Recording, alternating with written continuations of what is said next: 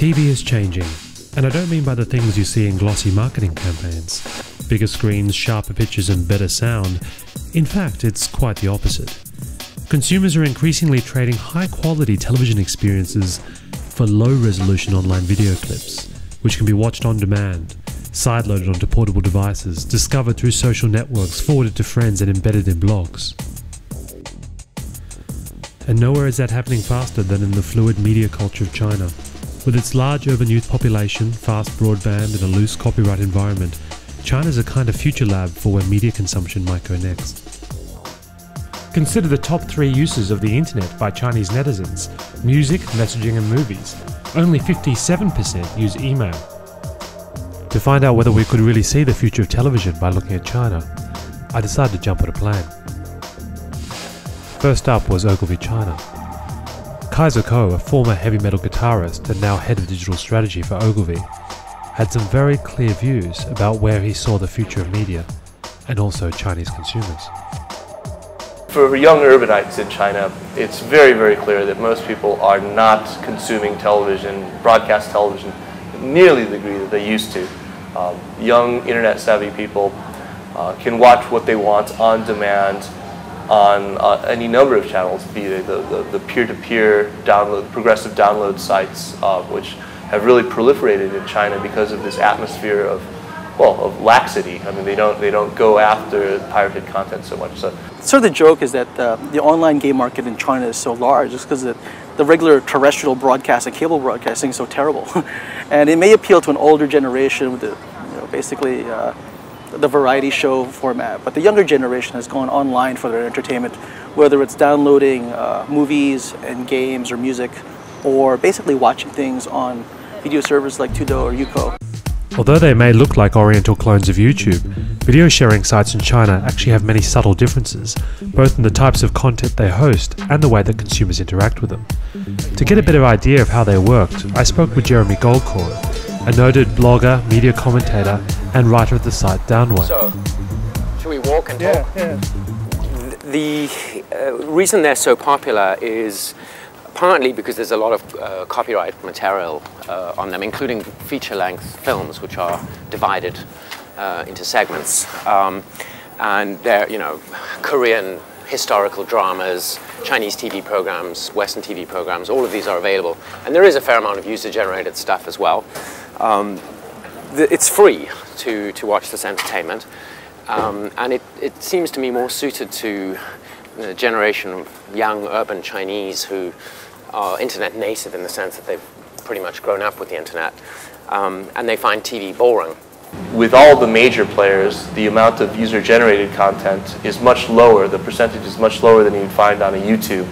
You think of them sort of as a cross between YouTube and Hulu, where you have a lot of professionally produced content that sits alongside user-generated content. It's not like Youku. It's probably about 45% of it is professionally produced content. That seemed interesting, so I asked the founders of two of the largest video sites in China why professional content was so important. Well, when we first started thinking about Youku, we really liked the product model of YouTube, but we realized that from a content strategy standpoint, it wouldn't really work in China. The basic reason is the situation in China for both traditional media as well as user-generated content is vastly different. Looking at the user-generated video standpoint first, you realize that actually the history of DV and DC in China is actually much shorter. The number of people and the sophistication of the content being produced is much less as well as not as strong.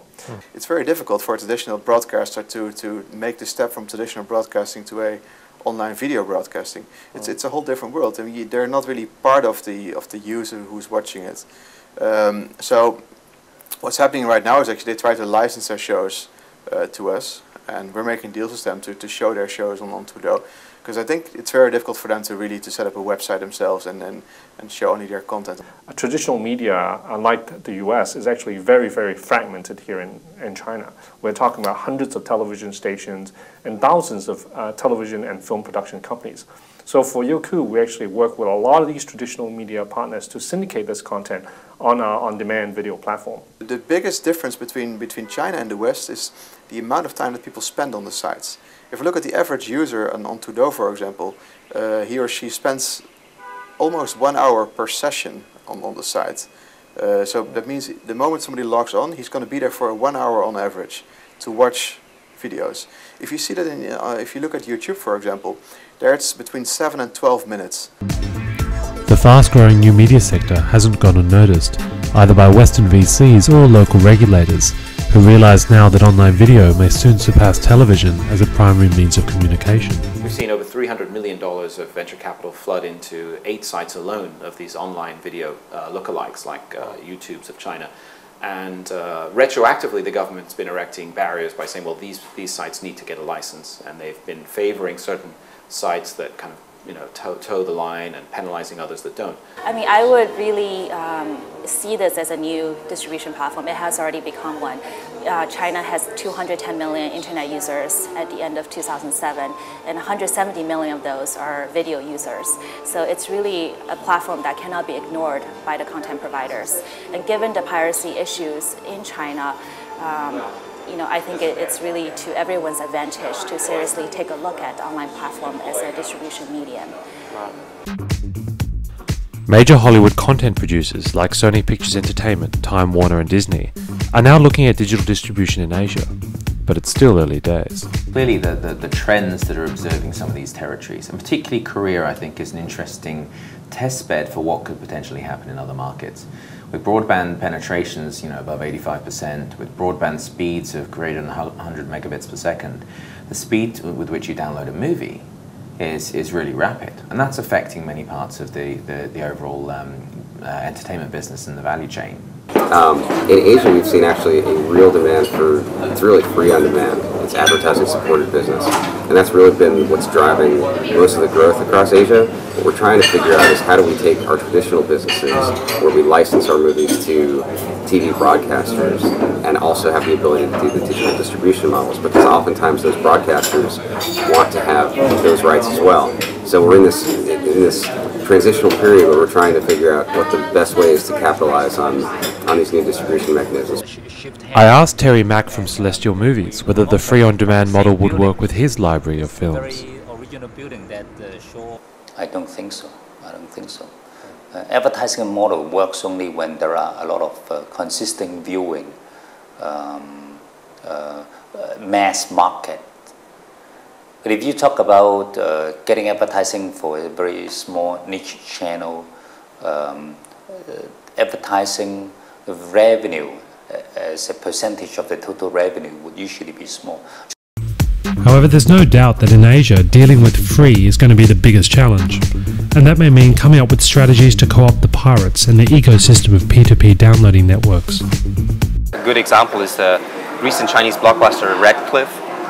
What they're doing is they're basically putting the movie on all the video distribution websites in China, BitTorrent, whatever other download sites, and they finance that with advertising. So it's in a unique format that forces users to watch advertising before they watch the movie, but it will basically follow the user behavior where they go to download movies, and they will only find that one version of the movie, that copyrighted version of the movie on these sharing websites, and it's paid for by advertising. The pirates and the distributors of pirated goods today could be the legitimate retailers of tomorrow. I mean, DVD shops in China that are selling illegal DVDs have top 10 lists, and they have customer incentive programs and things like that. So is there some way, whether it be offline or these online video sites, that they somehow embrace or work with partners from overseas in a way which the government can approve of? This is the big question. In part 2 of this series, we explore how the social web in China is shaping the way that consumers discover both content and brands. It's TV, just not as you know it.